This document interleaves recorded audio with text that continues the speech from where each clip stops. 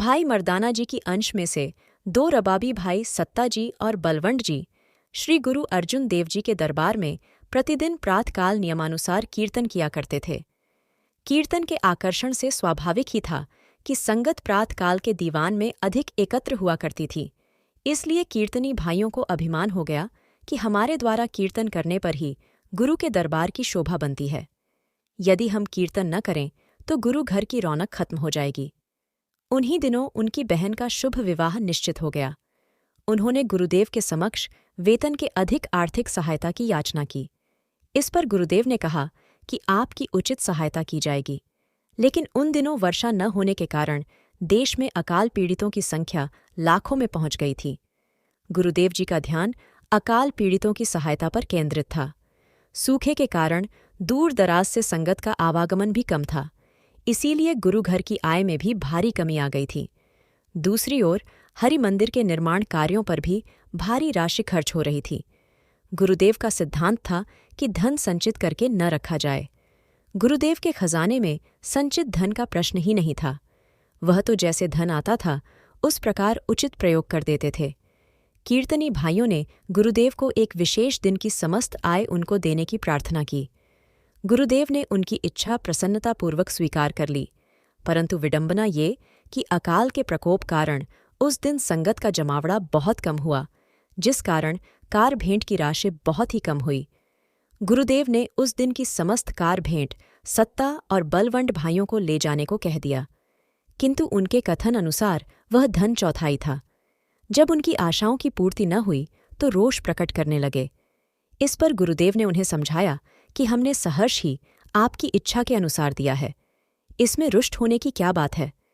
उत्तर में रबाबी भाइयों ने गुरुदेव पर आरोप लगाया कि आपने संगत को इस दिन कार भेंट अर्पण करने से वर्जित कर रखा है, इसलिए तुच्छ धन ही भेंट में आया है।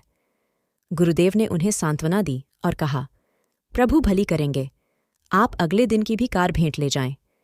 किंतु वे नहीं माने और कटु वचन कहते हुए घर को चले गए।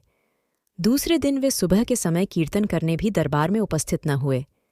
गुरुदेव ने एक सेवक को सत्ता व बलवंत के घर उन्हें बुला लाने को भेजा, परंतु वे लोग योजना अनुसार विद्रोह करके बैठे हुए थे। उन्होंने गुरुदेव के सेवक का अपमान कर दिया और अभिमान में कहने लगे कि हमी से गुरु दरबार में शोभा बनती है।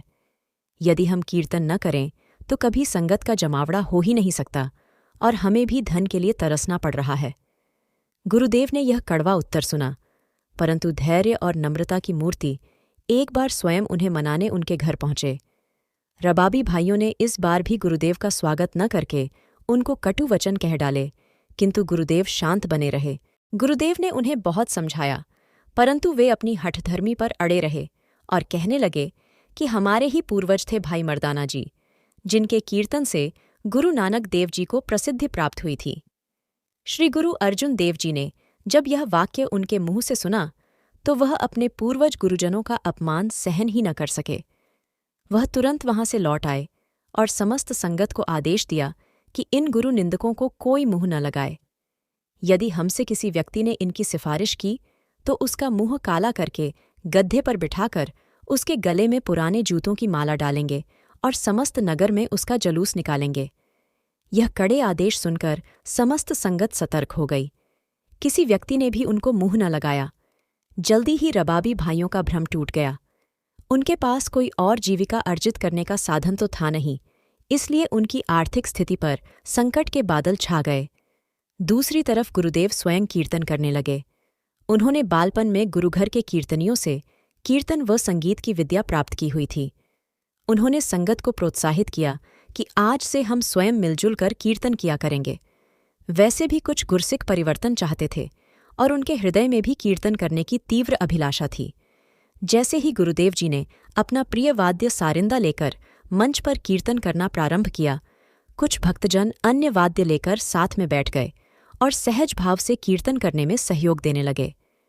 प्रभु कृपा से समय ऐसा बंधा कि उन्हें अन्य दिनों के मुकाबले में आंतरिक आनंद का अनुभव हुआ, जिससे समस्त संगत को मनोबल मिला। इस प्रकार गुरुदेव ने संगत को आदेश दिया कि प्रतिदिन हम सभी मिलकर प्रभु स्तुति किया करेंगे, जो कि हर मत से फलदायक होगी। इस प्रकार गुरुदेव ने सिख जगत में एक नई परंपरा प्रारंभ कर दी कि संगत में से कोई भी कीर्तन करने के योग्य है। दूसरी तरफ रबाबी सत्ताजी और बलवंत जी गरीबी के कारण रोगी हो गए। कोई भी उनकी गुरु शापित जानकर सहायता न करता, इसलिए वे अनेकों कष्ट भोगने लगे। किंतु एक सिख ने उन्हें दुखी जानकर उनका रास्ता दिखाया और उन्हें बताया कि एक व्यक्ति लाहौर नगर में रहता है, जिन्हें लोग भाई लद्दा परोपकारी कहकर संबोधन करते हैं। वे लोगों के बिगड़े काम करवा देते हैं और हर प्रकार की सहायता करते हैं। यदि वे आपको गुरुदेव से क्षमा दिलवा दें तो आपके कष्टों का निवारण हो सकता है। रबाबियों को यह परामर्श उचित लगा और वे लाहौर नगर पहुंच गए। उन्होंने अपनी भूल स्वीकार करते हुए क्षमा याचना के लिए भाई लद्दा जी से विनती की, जो उन्होंने तुरंत स्वीकार कर ली। भाई लद्दा जी ने गुरु आदेश अनुसार स्वयं को दंड देने के लिए भेष धारण कर लिया। पहले अपना मुंह काला कर लिया, फिर गले में जूतों की माला पहनकर गद्दे पर सवार हो गए और पीछे ढोल बजवाना शुरू कर दिया। इस प्रकार वे गुरु दरबार में उपस्थित हो गए। गुरुदेव ने उनका रूप देखा और मुस्कुरा दिए और कहा, भाई लद्दा जी, आप वास्तव में परोपकारी हैं। आपकी सिफारिश हम नहीं टाल सकते। हम इन रबाबियों को क्षमा करते हैं यदि दोनों भाई पूर्वज गुरुजनों की स्तुति करें। रबाबी भाइयों ने गुरुदेव के चरणों में दंडवत प्रणाम किया और कहा, हम अपने किए पर शर्मिंदा हैं। हमें अब तक बहुत दंड मिल चुका है। और वे पूर्वज गुरुजनों की स्तुति में छंद उच्चारण करने लगे। इन रचनाओं को बाद में गुरुदेव ने मान्यता प्रदान कर दी और अपने नए संपादित ग्रंथ में सम्मिलित कर लिया, जिन्हें आज सत्ता बलवंत की वार कहा जाता है। अगर वीडियो पसंद आई तो कृपया इसे लाइक, शेयर और सब्सक्राइब करें।